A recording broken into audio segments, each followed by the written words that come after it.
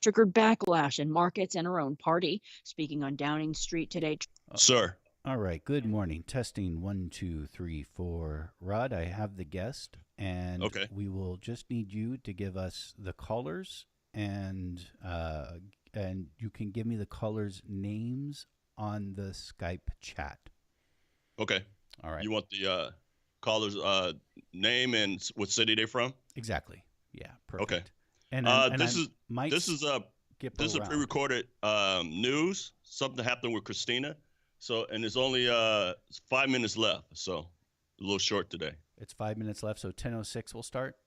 Yeah, pretty much it. Okay. 10:12 look like.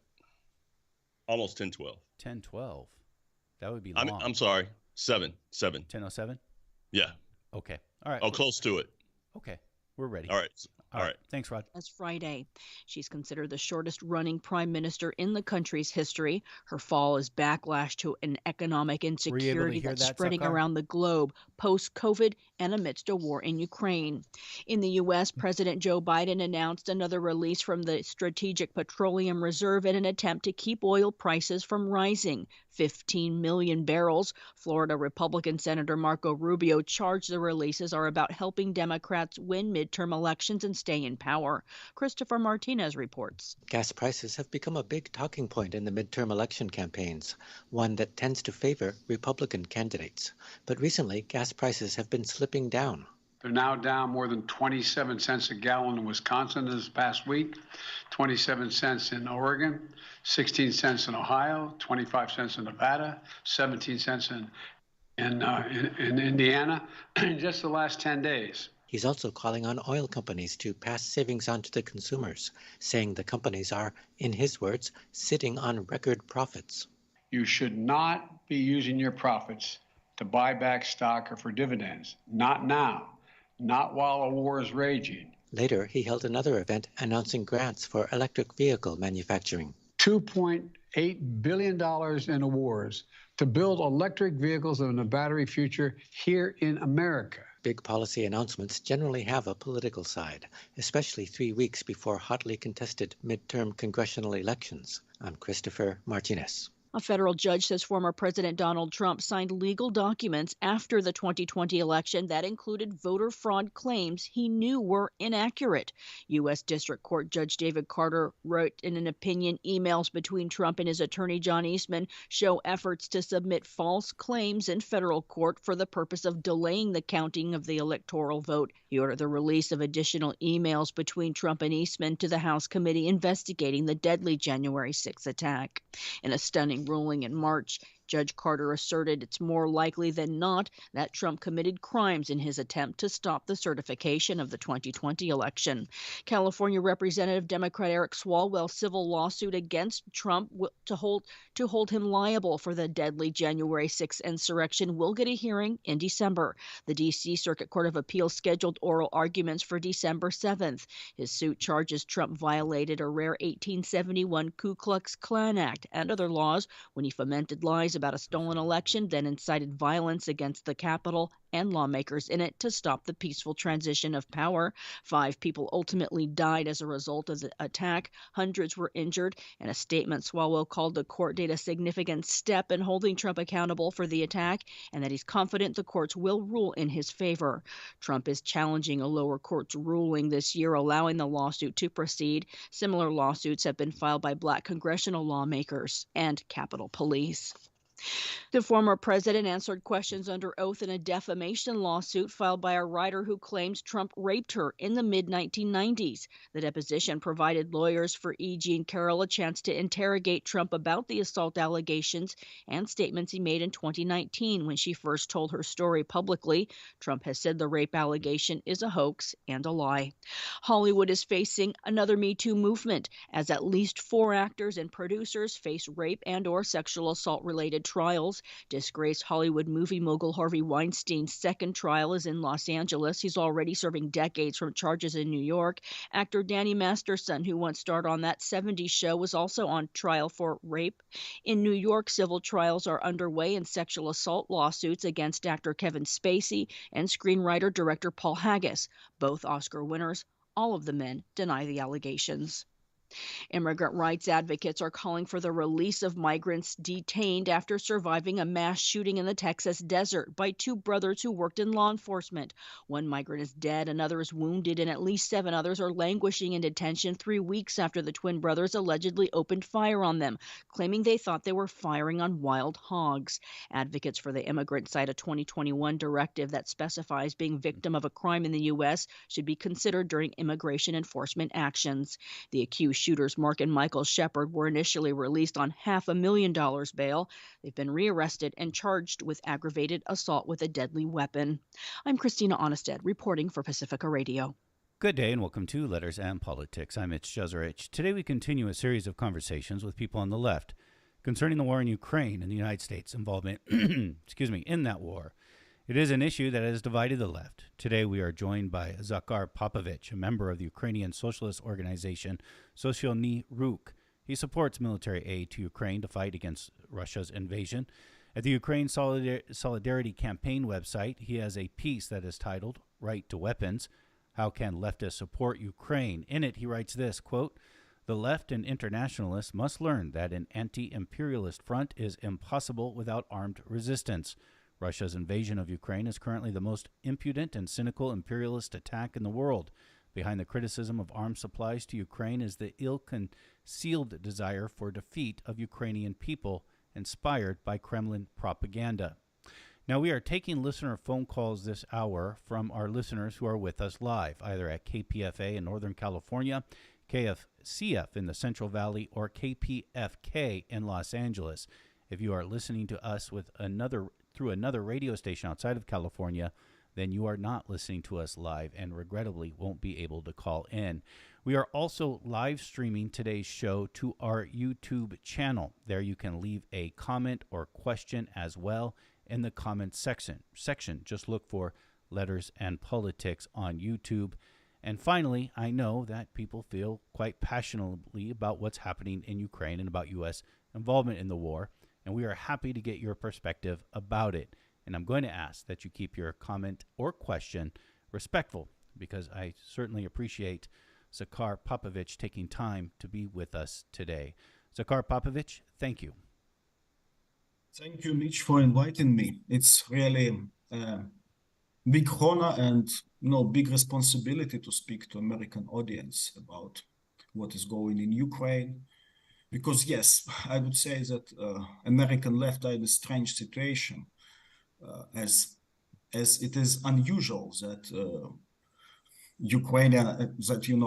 American imperialism, to say, is supporting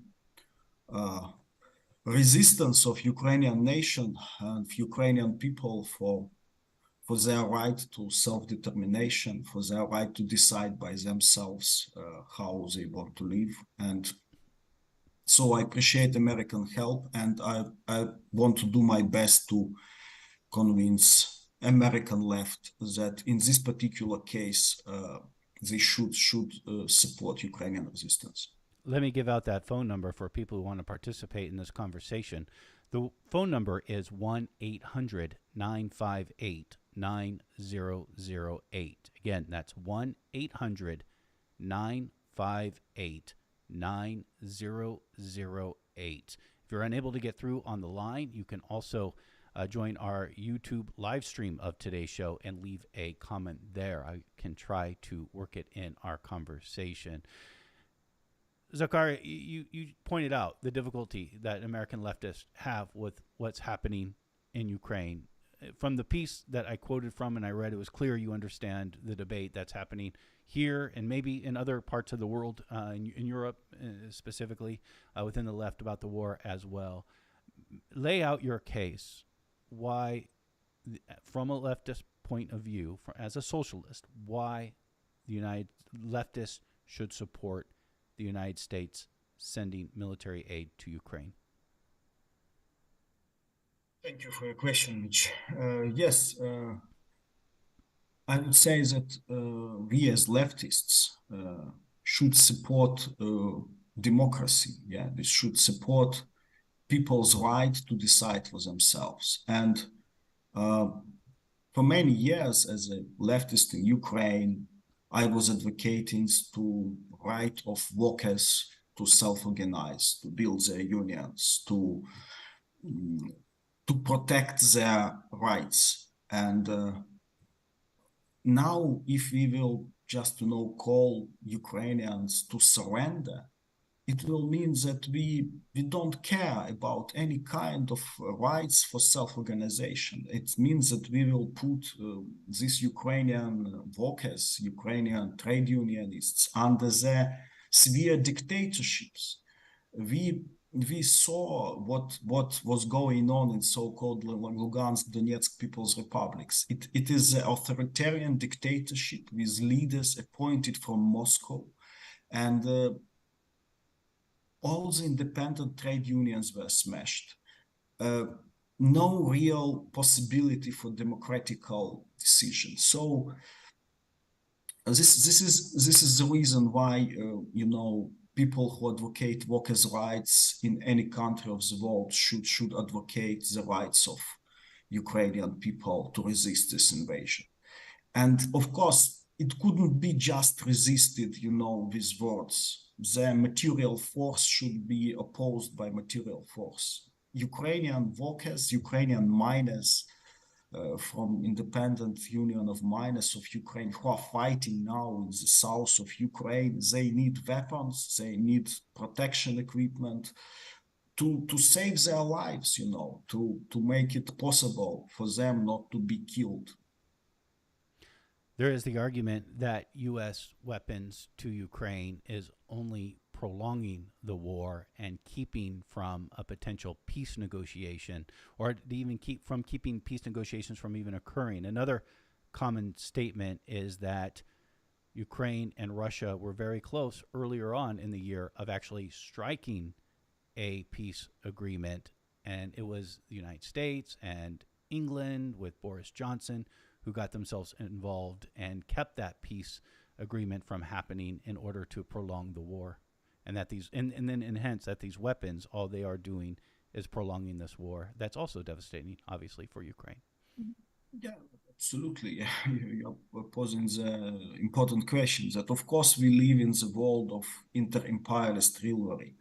Any kind of conflict, any kind of situation where people are struggling for their rights should be used by some imperialists to solve their own problems. Yeah, and possibly some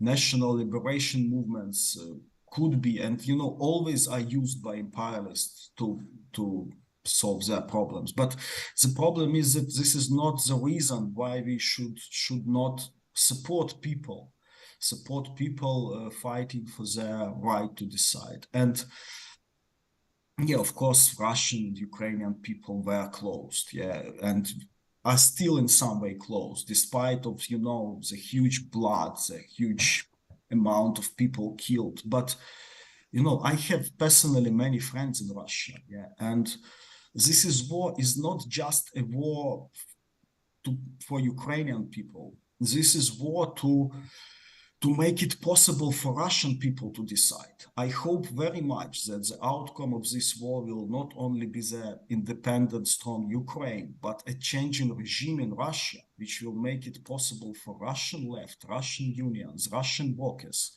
to remove the Putin dictatorship. And this is the answer. We should not only speak about geopolitics.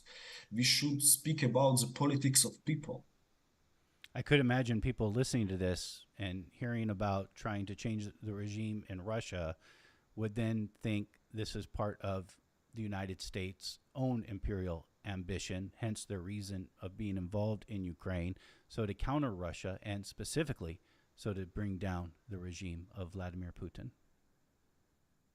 Well, I don't care if any kind of bad people are interested sometimes in good things. What I know that it's the Russian regime is neoliberal regime, which is smashing unions, which is introducing their labor laws against the unions, and Yeah, this is the situation. We can go in detail, probably with some experts in Russia that will explain you in detail how the all kind of independent workers' self-organization was smashed in last years, how strong are dictatorship and censorship and so on and so on.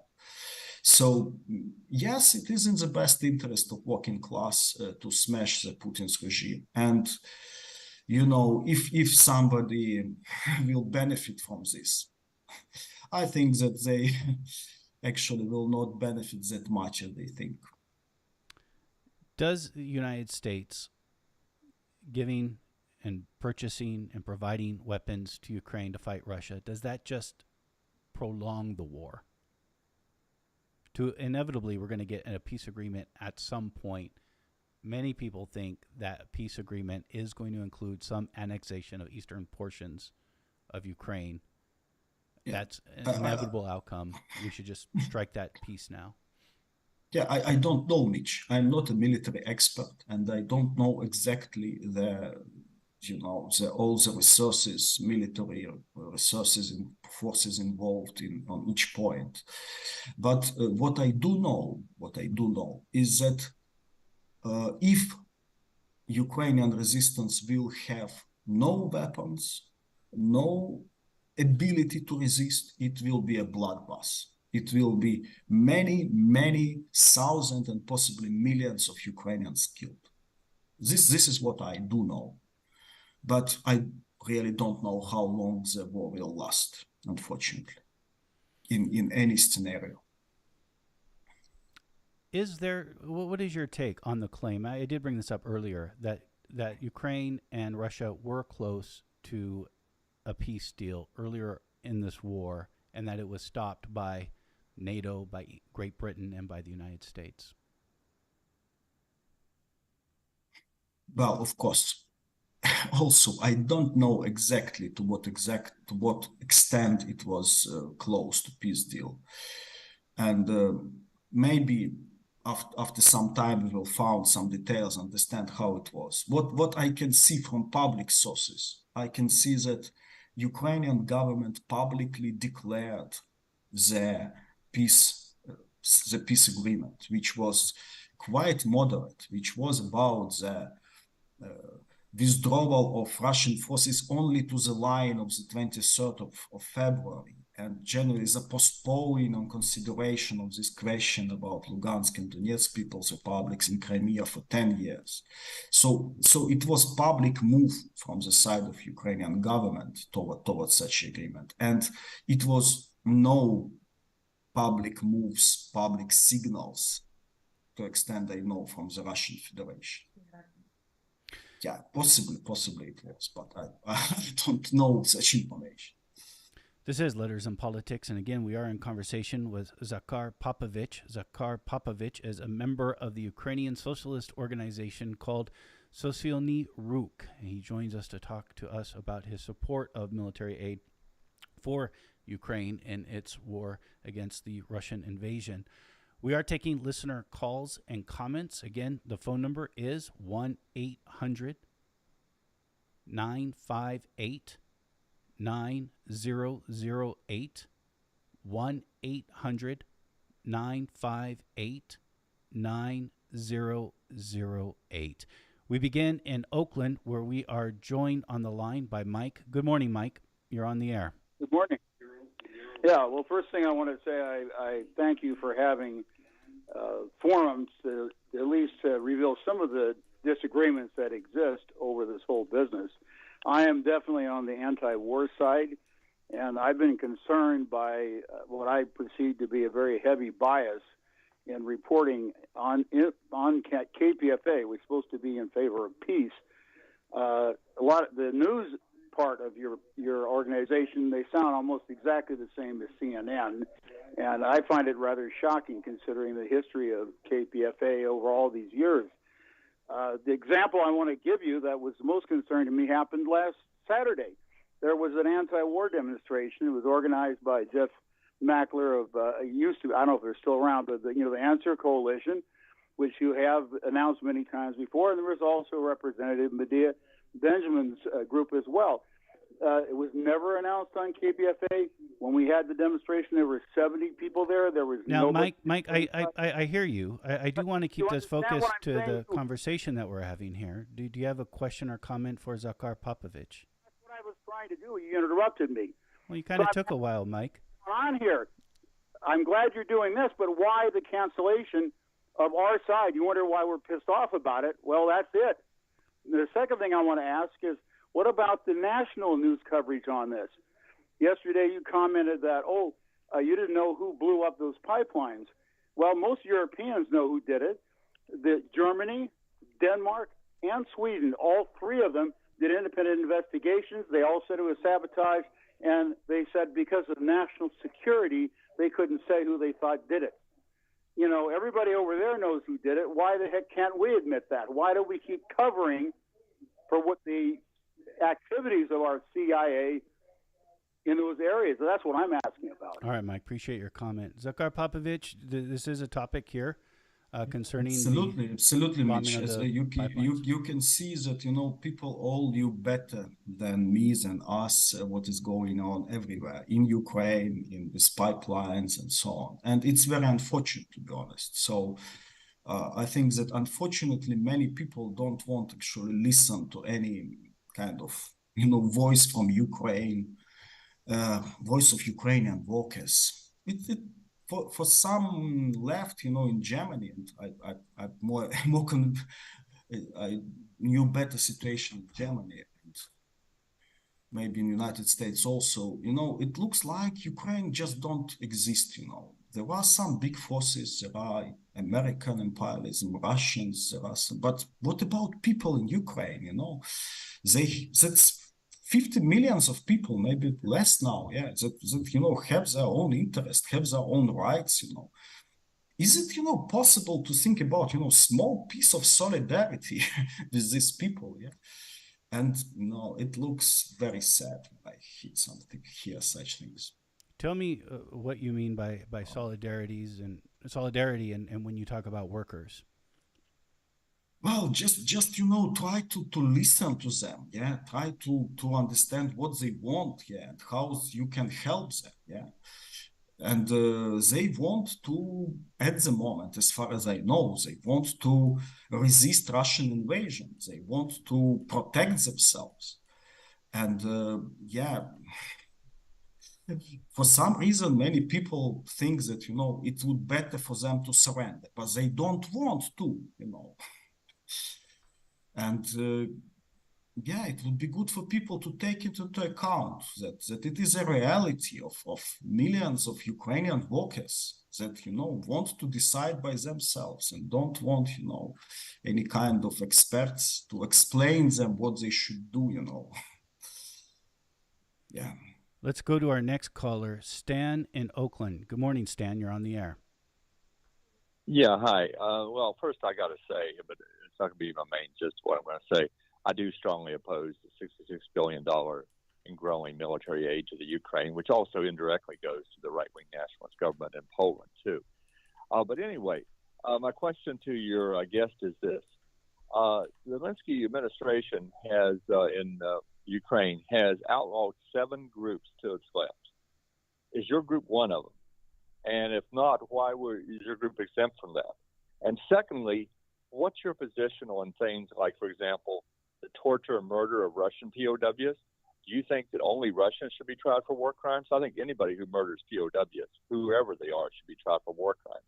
I think there should have been war crimes trials for the U.S. role in Vietnam and Iraq and Afghanistan.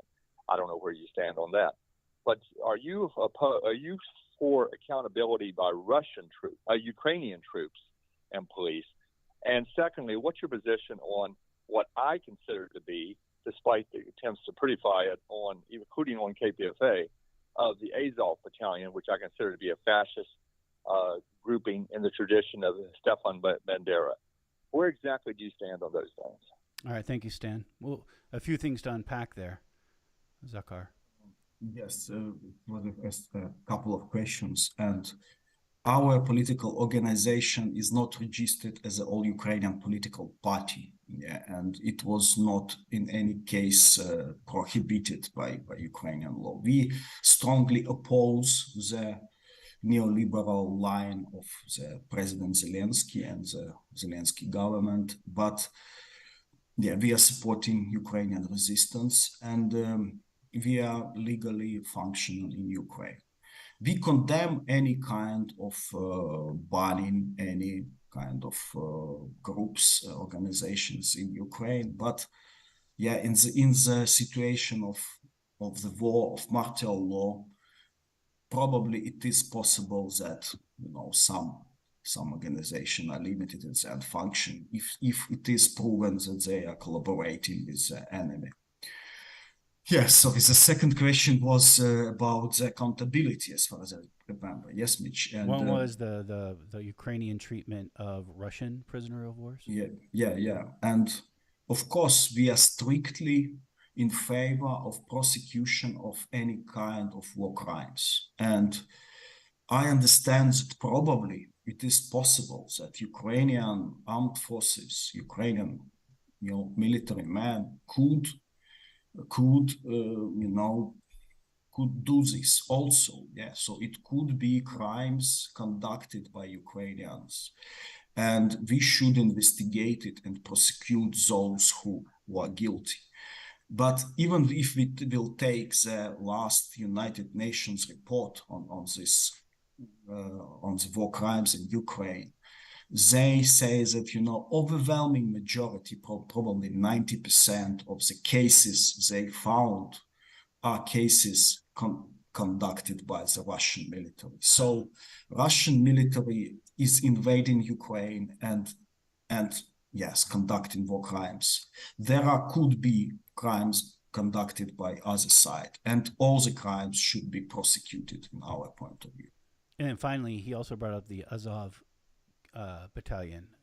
This is a military group that has had linked to Nazis. Yes, it is a problem. And before the war, sometime before the war, we were pushing for dissolvement of this Azov battalion and for as much as possible removing the neo-Nazi people from Ukrainian military and so on.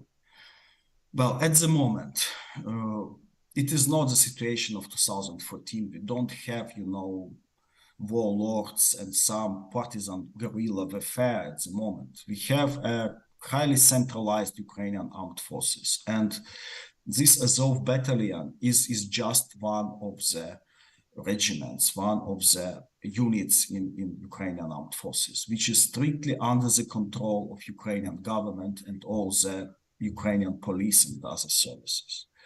So if there are some crimes conducted by these people, they should be prosecuted. But it's a little bit speculative, to say that there are some uncontrolled neo-Nazis which are just doing what they want to do. Neo-Nazis could be the problem later in Ukraine, but at the moment, I can see that Zelensky government, which was clearly elected as an alternative to the more strict, ethnical nationalist course of previous president. And Zelensky is of Jewish ethnical origin, and these people are not Nazis and are strictly against Nazis, and these people are in power, and all the neo-Nazi groups are not really having any significant support in society, as elections showed. This is my answer in short. Maybe I forgot something. I think those three are good. We got more people on the line. So let's go down to Southern California, Orange County, where we are joined by John. Good morning, John. You're on the air. John, let's put John on hold. I think he's listening to us on the radio. If you do call in, and if you are listening to us, listen to us on the phone, because there is a 15-second delay from what you would hear on the radio. John, we're going to come back to you in a moment, so be ready. But let's next move to Larry in Fresno. Hello, Larry. You're on the air. You know what? I've heard that Putin, he wants the old Russia, and that's what he wants. If this true, the Quran says when a civilization or a country falls, it doesn't rise back up. So you think Putin can get what he wants? So let me just paraphrase. Let me just repeat what you're saying there, Larry, because it's a little bit hard to hear you. You're saying some people say that Putin wants the old Russia. You mean back to the empire? Yes. And is that possible? Do he think that's possible to get back that what Russia was at one time? Okay, that's my question. All right, thank you, Larry. Yeah. So Zakhar, Larry's asking about: Do you think this is an attempt of? I hope not. I hope we are living in the 21st century, and it will be no, monarchs, tsars, kings who will rule us. Yeah.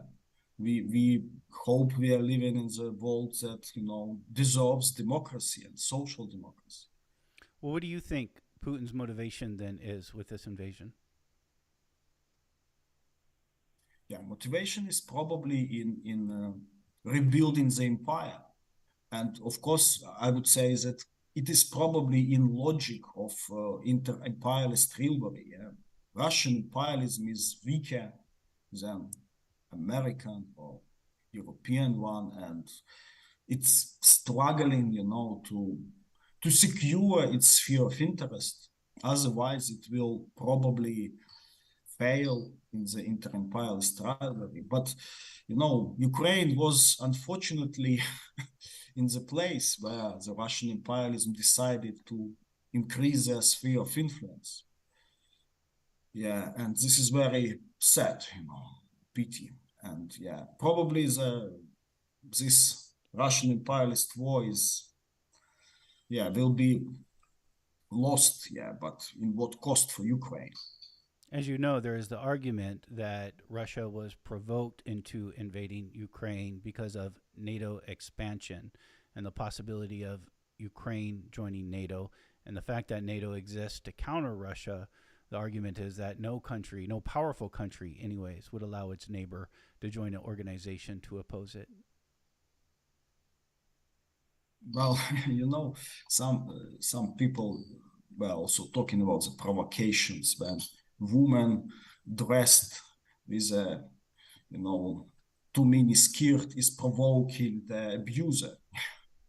And maybe Ukraine, we are provoking all imperialists because we are, just the piece of land which is provoking predators just because it exists, Yeah, and I dismiss such logic. I'm sorry, but I'm not in geopolitics. I'm in people's politics. And this is the problem, that actually what kind of provocation you are talking about? Before the February 23, all the NATO instructors, all the NATO personnel, which was actually not plenty, but present in UK, it was removed. It was, if it was a provocation, it was a provocation with, easy thing to get. Not because it was not a provocation because somebody is trying to capture it, but because it's too easy for Putin. Putin considered it too easy to capture. You're saying that NATO personnel left Ukraine. Absolutely, before the yes. invasion. All the NATO personnel left Ukraine in February. It was not many of them, but it was some instructors. It was American diplomats. All the left in the beginning of February. And only after that, Russia invaded. And after actually the negotiations, when Ukraine was actually ready to sign some agreement to postpone, for 10 years of considering any joining the NATO alliance and so on. But it was not enough for Russia, unfortunately. Pacheco Roan on our YouTube stream asks this, quote, how does the Ukrainian blacklist of dissenting journalists and intellectuals not undermine your argument about human rights?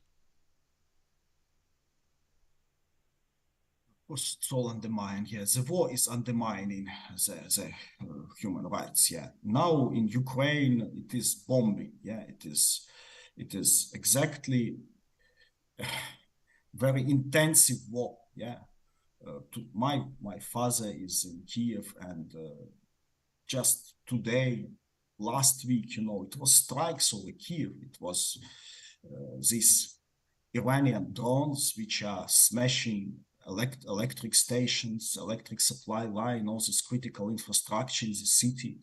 People are dying, on the streets. And yes, it is unfortunately making the regime authoritarian, yeah, because regime is trying to, and the problem is that people are accepting it. Yes, people are trying just to support the resistance and to support the military effort. I would say that it is good that, as far as I can see, the Ukrainian situation is much less authoritarian than Russian one. Yeah. In Ukraine, we still can function, we still can distribute our materials, we still can have some discussions, can have conferences, public conferences, and we had in Lviv, in Kiev, and unfortunately it is impossible for Russia. Most of my friends, Russian socialists, were forced to leave the country, and it is not possible to make any single public event in Russia. But yeah, the war is a very authoritarian thing, and probably all these authoritarian tendencies will continue as much as war will continue. This is what happens in war. Absolutely, yes, and yeah. And talking about peace, yeah, it was many words about the peace with Russia, but just to imagine, it's at the moment Russia is bombing the critical infrastructure, all these electric supply lines in the major cities, and people are very angry with this. It's just terror against the civil population. Yeah. My daughter, when she saw that, her favorite playground in Shevchenko Park was just bombed. Yeah, the place where she used to have, very tasty pancakes, and people are traumatized with this. And when now you are trying to speak to people about some peaceful negotiations, for them it's like to speak to Americans about peaceful treaty with bin Laden after the 9/11 attack. Yeah, when they saw these thousands of people killed, when they saw the everyday terror against the civil population, it's unfortunately it is very emotional, and it is no indication from Russia that they are ready to really cease fire, and nobody believes that it will be kind of honest peace from Russia, that they will not just violate all the treaties, as they couple of days before invasion they publicly promised that it will be absolutely no invasion. They violate it, and this is many such violations of promises. Let's go back to Orange County in Southern California, where I think we have John ready to be on the air. Good morning, John. Good morning. This is a very simple, brief question for the host.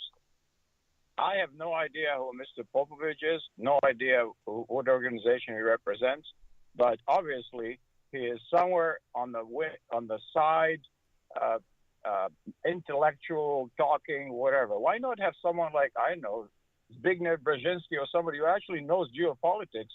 Because reality is very simple. Well, And John, let me ask Eastern you, Europe, John, I'll give you a chance to respond, but let me ask you a question. Zakhar Popovych is yes, with the Ukrainian Solidarity campaign, which is a known campaign. He's also a member of Socialist organization in Ukraine. He is Ukrainian. Why wouldn't we talk to him? is that a question? Yeah.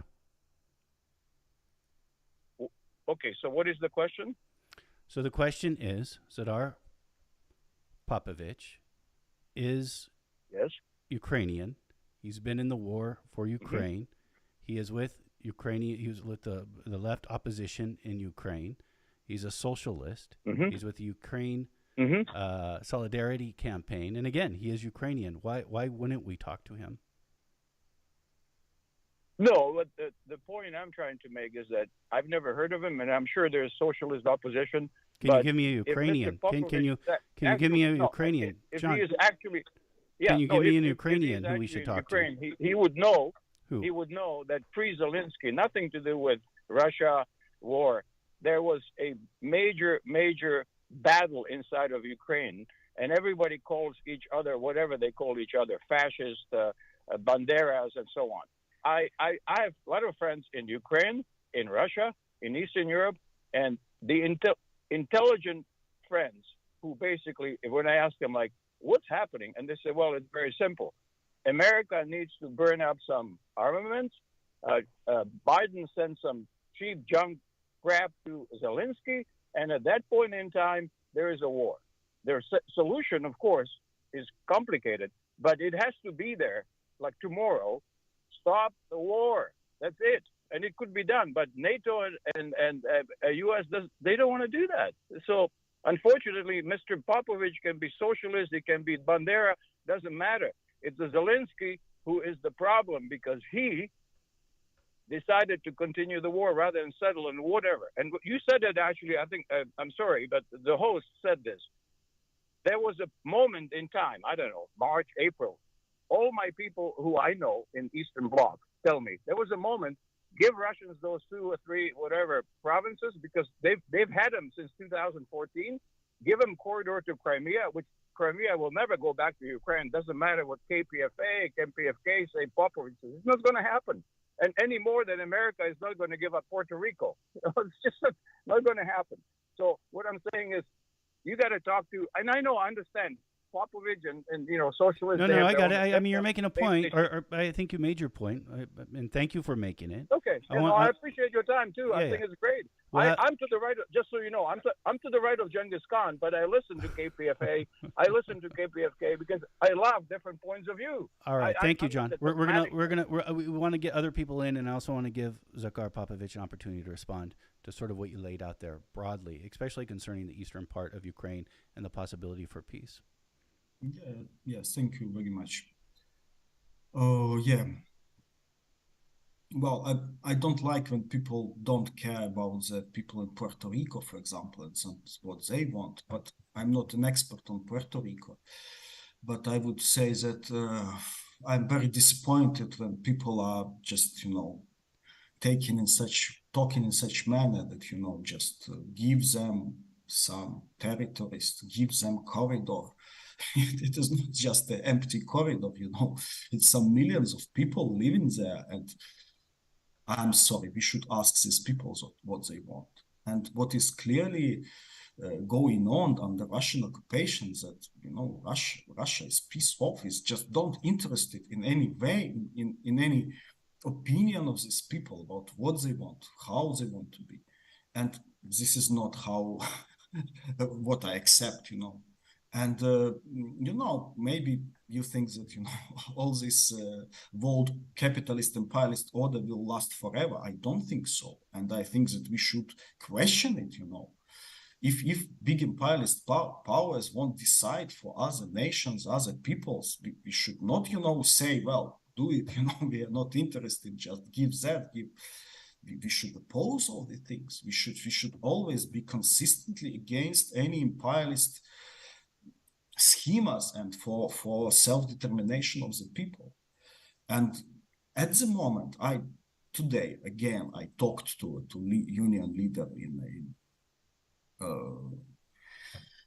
in Kryvyi Rih, in the southern Ukraine. It's around 150 kilometers from front line in Kherson Oblast, and I asked him what people think about the possible peace, and he told me that yes, in 2019 maybe most of people voted for Zelensky and hoped for peace, and Zelensky really did some steps actually to cease fire. And in 2020, during some shellings and strikes, around 8 people, a year was killed in Donetsk. 8 people, which is, it's human lives. But in traffic catastrophe, around 80 maybe are killed. And now each day we have the hundreds and hundreds of people killed, civilians and military men. And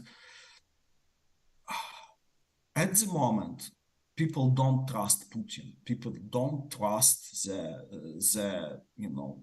these peace words.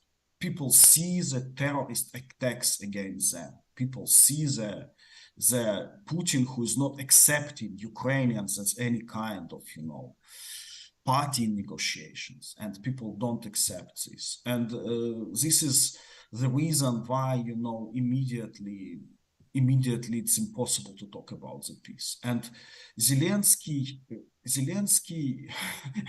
probably many people don't like Zelensky because he's representing this mood of Ukrainian people. He's very careful in representing it. He's too independent, from United States, from Russia, from anywhere. And this is the problem with Zelensky, and this is the problem with Ukrainian people. It's not just a puppet, and you can't just, people are not goods. You can't just, give some people to other nation, just surrender some people. People don't want to. And Ukraine has some democratical institutions which people want to protect. Let's next go to Fresno, where we are joined by Larry. Good morning, Larry. You are on the air with Zakhar Popovych. No more Larry. Paul is next. Paul in Sunnyvale. We no longer have Larry in Fresno on the line, so let's next go to Sunnyvale, where we are joined by Paul. Hello, Paul. Hello there. Thank you for this discussion. Let me start off by saying I think the United States doesn't really care about freedom or democracy, whether it's Egypt or Haiti or Nicaragua. What they seem to care about is cheap materials, cheap labor, and dominance in these regions. My comment and question is, isn't it too much of a double standard?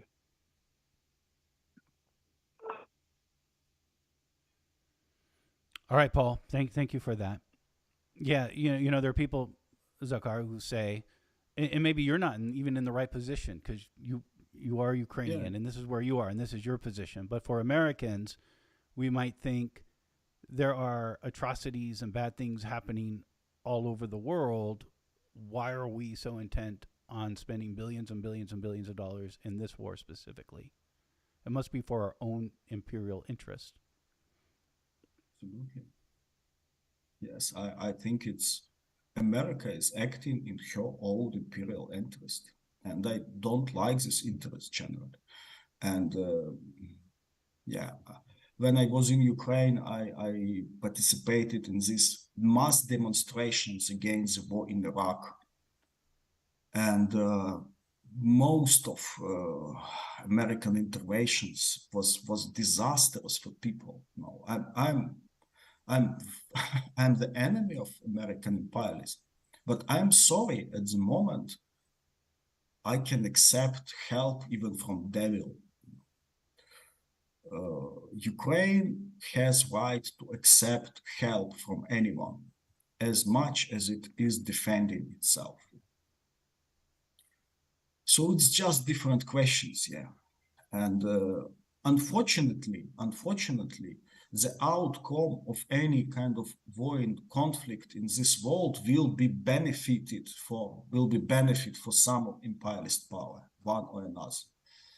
But what I'm caring, I don't caring about this imperialist power, but I'm caring about the people, nations, and their possibility for self-determination and for building their own democracy. I think, yes, unfortunately, American government don't care much about our democracy, but we care. Next, we go to San Francisco, where we are joined by Dolores. Good morning, Dolores. You are on the air with Zakhar Popovych. Oh, I want to say, I know I have protested wars started by this country. I know what they're doing. They're making money off of making a lot of money off of those weapons being sent. But why all these people come and support Russia? I mean, it's not a communist state.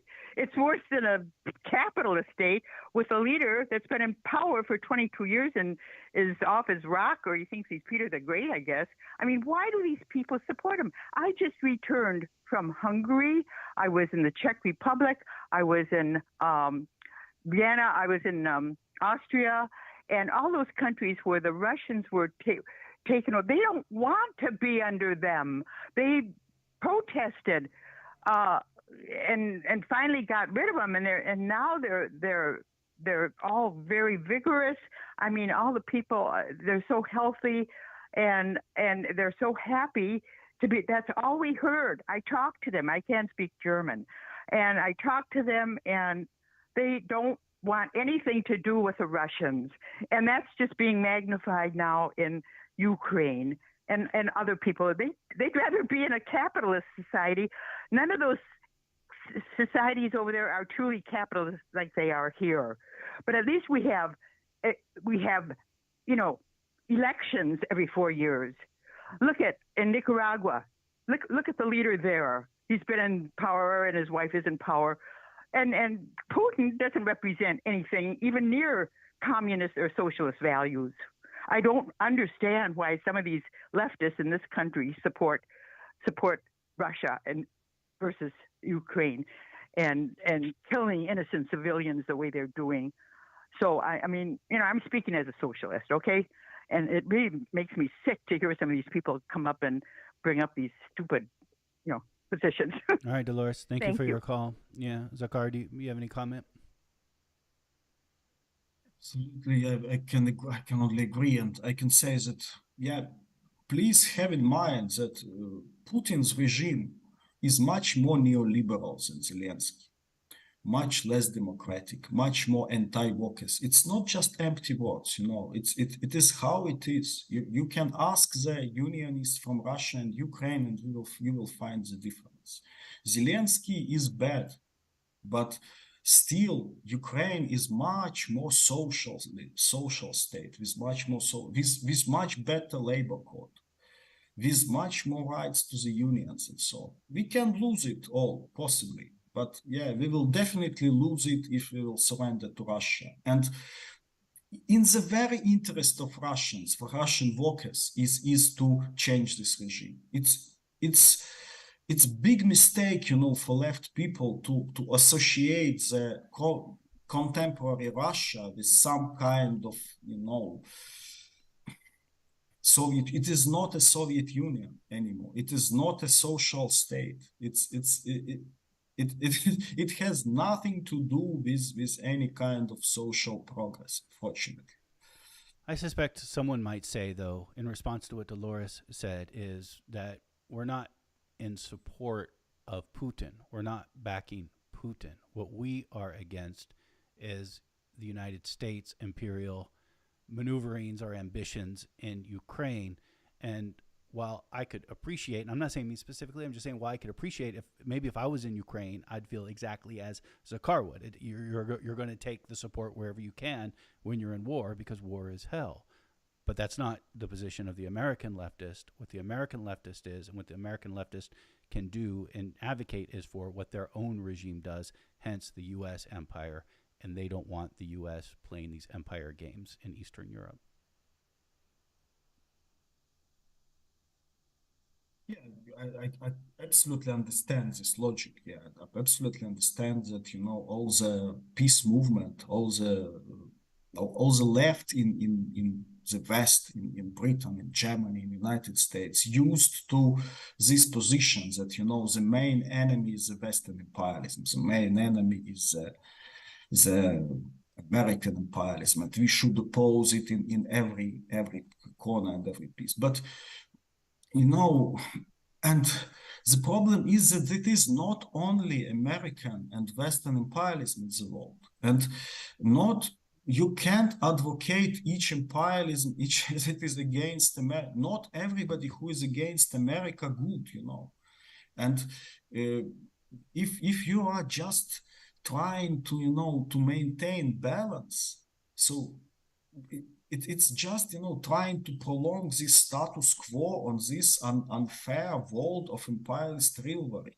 And if you are really anti-imperialist, you should not just oppose one imperialism, but be against the imperialist system as a whole. And being against the imperialist system demand you that you should pay attention to each nation that really is fighting against imperialism and support their struggle. Don't think they're just puppets. It is people who are trying to act to protect themselves, to fight this imperialism. Yeah, this is what I can say. Zakhar Popovych has been our guest. Again, Zakhar Popovych is a member of the Ukrainian Socialist organization Socialny Ruch. He has joined us to talk about the war in Ukraine and his perspective about U.S. military support for the country in its fight against Russia. Zakhar Popovych, I thank you for taking this time to join us. Thank you very much, Mitch, for having me. And that does it for Letters and Politics. The show is produced by Deanna Martinez. Rod Akil is our engineer.